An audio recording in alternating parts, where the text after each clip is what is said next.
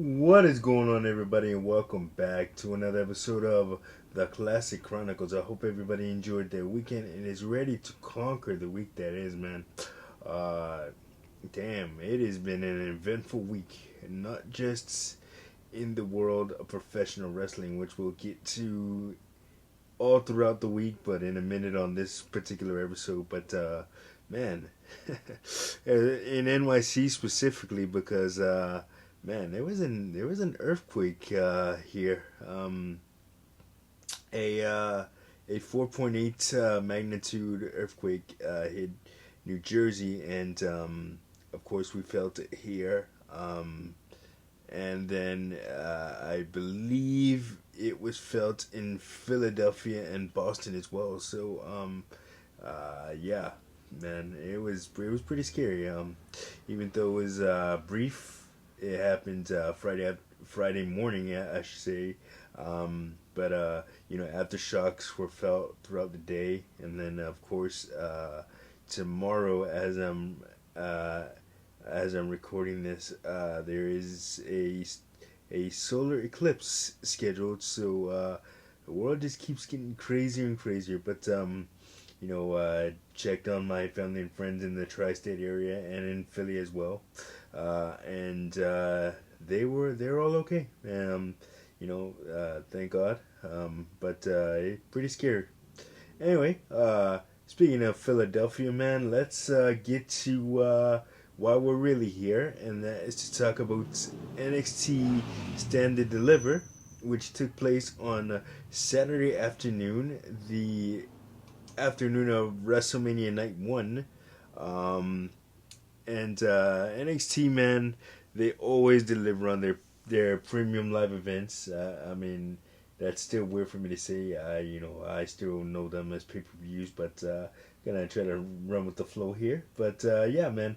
So on the kickoff show, there was only one match, and that saw Joe Gacy, formerly the leader of Schism, taking on the returning Sean Spears. Now, y'all may remember him when he was here last time in WWE as Ty Dillinger, but went off to AEW. Uh, Started using his indie name, Sean Spears, and developed kind of the chairman gimmick where he would basically use a chair in his entrance to kind of sit on, and then walk to the ring after the spotlight would be on him, and then would walk down to the ring, and then sometimes use the chair in his matches.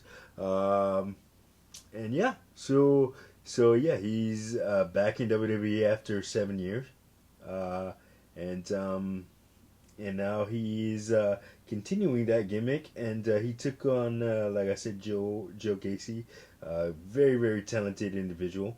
Um, uh, Joe Gacy was able to get the win despite being hit in the back from Ridge Holland, former main roster member. Now he's back in NXT to kind of elevate the younger talent over there.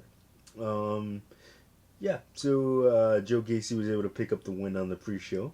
Um, it's so cool to see Sean Spears back in WWE. I feel like now he is going to be a sort of a bigger deal than he was when he during his first run. Um, you know, he he was great in NXT, but during his first run, but you know, as was the case with many on the as they get called up to the main roster in that previous iteration of WWE, they kind of get lost in the shuffle, and Sean Spears definitely did, and like I said, reinvented himself in AEW, and then now he's back in WWE. So good way to kick off NXT Stand and Deliver. Um, so kicking off the main show was the first up was the NXT Tag Team Championships being defended, currently held by Braun Breaker and Baron Corbin, also known as the War Dogs. Um, and then and then what do you call it? Oh no, sorry, the Wolf Dogs. Uh, and they defeated Axiom and Nathan Frazier, a high flying tag team.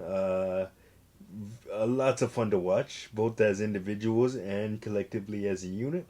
They defeated them to retain the NXT Tag Team Championship. So, shout out to all four of these men for putting on a great opener. The crowd was very, very hot. Uh, Next up, you had the North American Championship being defended as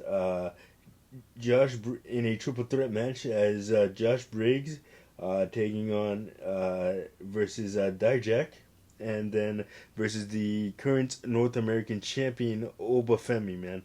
And all I can say about this match, yeah, three big big horses, man, just going at it, and it was a hell of a match, man. So many cool spots. I enjoyed it. I enjoyed it a lot. Obafemi ended up picking up the win, and they're still undefeated. And this guy has only had uh, 15 matches in his professional career, and he's already the NXT North American champion. And there is no telling how good this kid is going to be in the coming years. So many good things I see on his horizon, man.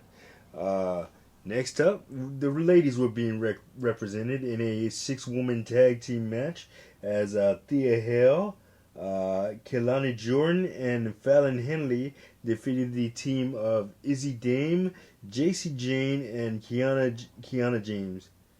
Oh man. So I admittedly I haven't been watching NXT as much as I should have, but it it looks like JC Jane infiltrated Chase U to kind of take them down on the inside, and Thea Hale, Chase U member, she uh, befriended JC Jane, and kind of gotten taken under JC Jane's wing, and only to be betrayed in the end. But these ladies did a good job showing up and showing out on their on this premium live event. So it was really cool. Next up, more women's action as Lyra Valkyria. It took me so long to get that name right, and thank God I got it on the first try. But Lyra Valkyria took on Roxanne Perez and defended the NXT Women's Championship. But it was the Prodigy, as she's known, Roxanne Perez, picking up the win and becoming the new Women's Champion. NXT Women's Champion, two-time. She's now a two-time NXT Women's Champion. The story here was, Roxanne Perez never really lost the title. She had to relinquish it due to injury, but every time she would get to have another crack at getting the women's championship back, something would happen to her. She was in a ladder match, and that didn't go well for her. She was in a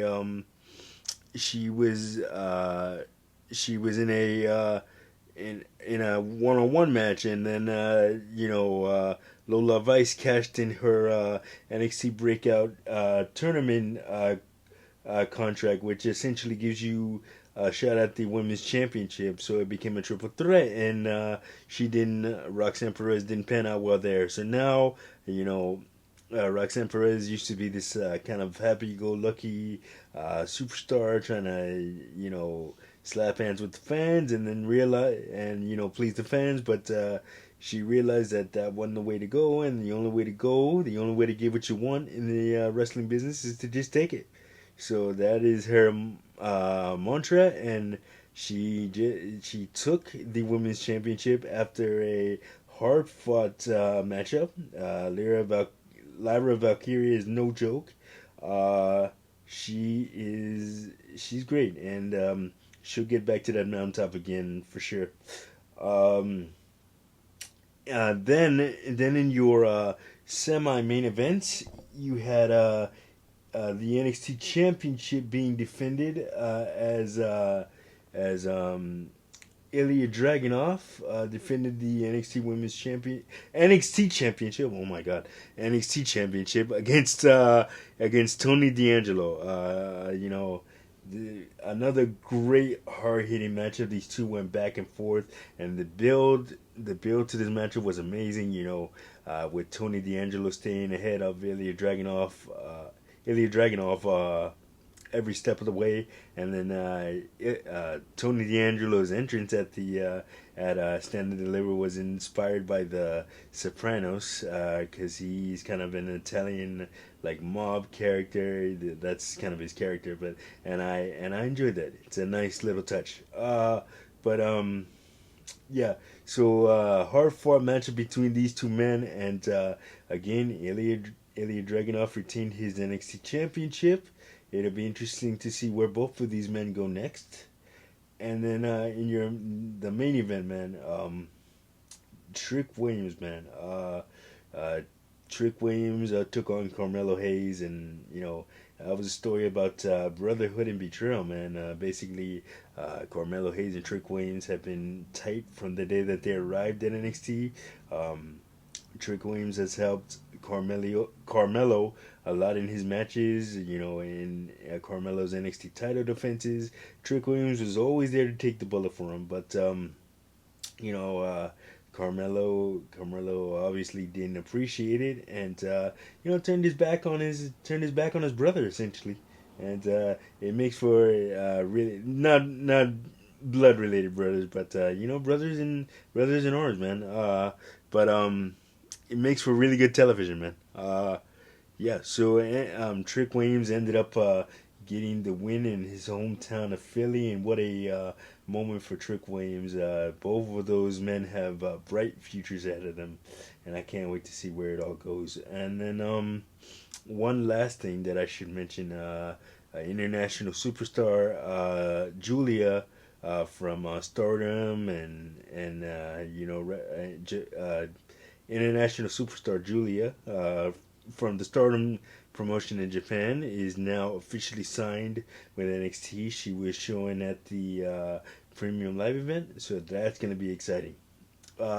Anyway, man, great way to kick off WrestleMania weekend, and there was plenty more action where that came from, man. So let's we're going to talk about some more action later on this week.